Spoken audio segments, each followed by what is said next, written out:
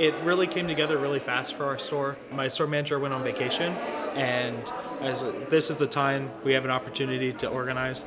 I texted a bunch of my coworkers. I was like, hey, this is why we need a union. My store was super supportive, and within 48 hours, we had 70% of the store signed up for union cards. It was just kind of a no-brainer for me when I heard that it was happening. I was like, okay, where do I sign up? I didn't really need any convincing.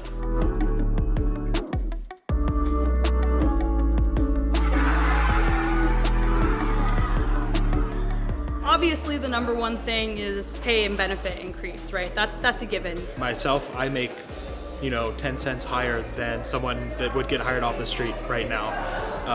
And I feel like people that give 5.5 years to a company deserve more than that. I would like to see maintenance actually come and fix things when things are broken. To be valued as an employee that makes this giant corporation a lot of money every day.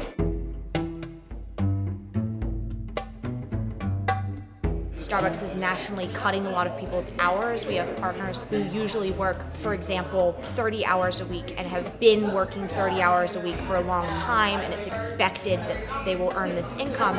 And over the past few weeks, Starbucks has started scheduling that 30-hour-a-week person, for example, for 15 hours. It's reached to a point where a lot of us have been, discussing finding other jobs and stuff to be able to make ends meet. That's been something we've been experiencing since we got our ballot date. And again, we've also hired a couple more people. Why are you cutting hours while hiring more people? It doesn't really make sense. It seems like it's being designed to push people out. We did see increased corporate presence. We had about a week full of one-on-ones. Just kind of putting seeds of doubt in people's heads, just these very thinly veiled threats of you could lose everything, you could gain, or nothing could change. And it's well, we would only lose everything if Starbucks made that happen. I witnessed probably about 36 different people, all management, all higher up, people who prior to the union campaign I'd never seen before in my life. There was times when they would take duties on the floor, cashier positions, they start ringing customers out. At the handoff plane, they'd start, bagging up orders and handing things off. They may take control of the drive-through window for a bit of time. They may do trash runs or start doing dishes. Just really odd, given that again, we would never get that kind of help before. And it's just a very threatening presence to have multiple managers sitting in your lobby all day just kind of inspecting you while you work.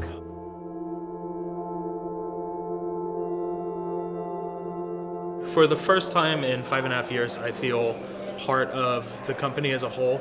Everyone that works at Starbucks is my coworker and a partner.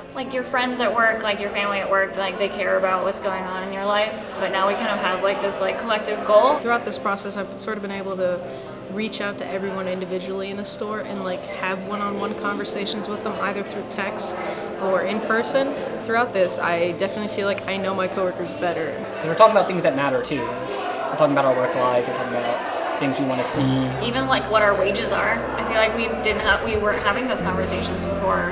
In an industry that a lot of people I think write off and say can't be organized, the Starbucks baristas have shown that you can organize these places and you can win. And it just takes one victory to kind of spark a movement. And even someone like Howard Schultz isn't too big to organize against.